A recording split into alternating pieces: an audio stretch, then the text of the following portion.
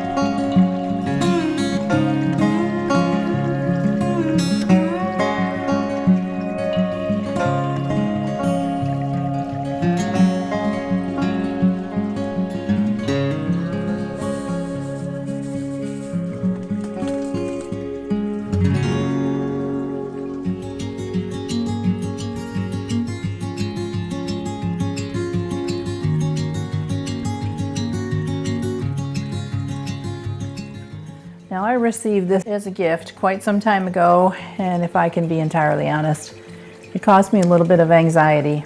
Now, don't get me wrong, this is something that I've wanted for a very long time because I have such a strong desire to grow things in the wintertime, but my greenhouse slows down. It's very cool in there. Things don't grow well. There's just really not enough light here until we get past the winter solstice and the days start getting longer. Everything is just pretty much asleep. But I just wanted to show you, this is a hydroponic grow tower that I received as a gift from a family member. Again, please don't take it that I didn't enjoy your gift. I was just a little anxious about trying something new. I've never grown hydroponically before. So for the rest of you, please don't take this as a how-to video. This is a follow along and let's see how it goes video.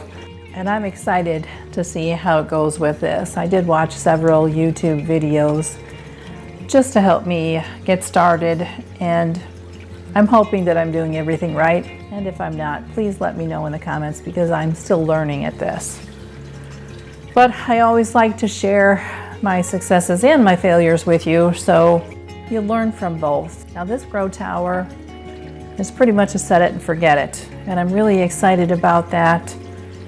I believe it's 2 gallons of fluid that it holds, and it's got a couple of things that I wanted to show you. It's got this nifty little thing here, which tells you when it needs to be refilled with chemicals and water. And the plunger just pops up. You can pretty much see it from across the room, so it's not going to take a whole lot of effort to keep this going.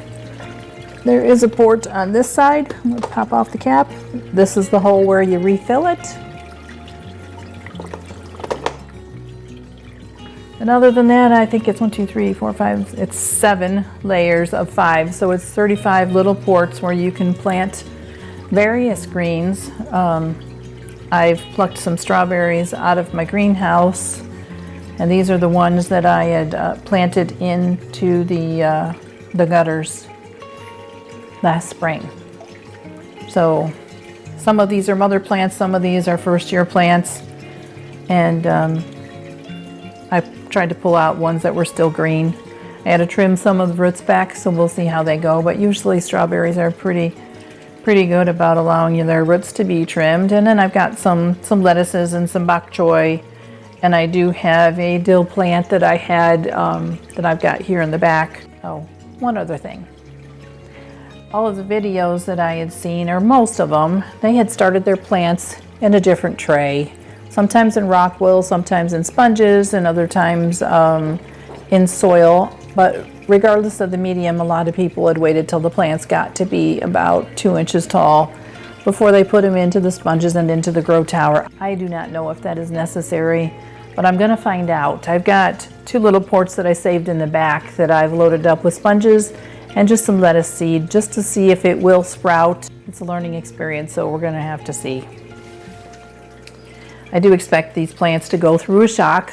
These all came from outdoors in my greenhouse, so it was quite cool out there.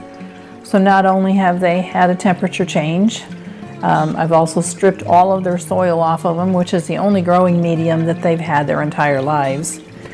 And in some cases I had to trim back some of the roots. So this is going to be an honest assessment of how it goes. I'll check back with you in the near future and let you know whether this is doing well or not. I do plan on putting it under a grow light because I do have several and it's not a hardship for me. One of the last things I wanted to show you is this grow light that I have. I'll look up the price and put it in the description. Or you know what, I'll just add a link in the description because I'm sure the prices will change. Brand is Hytek Grow. It's an LED grow light, roughly 12 inches by 12 inches. So it covers up to a 3-foot area, and the ideal distance is 6 to 10 inches from the plant, but it can be 1 to 2 feet. So it is going to cover a lot of this grow tower. It does cover all the red, blue, and white light spectrums that are needed by a lot of plants. So I don't know if you're in the market for a grow light, but this is one of the ones that I've been using.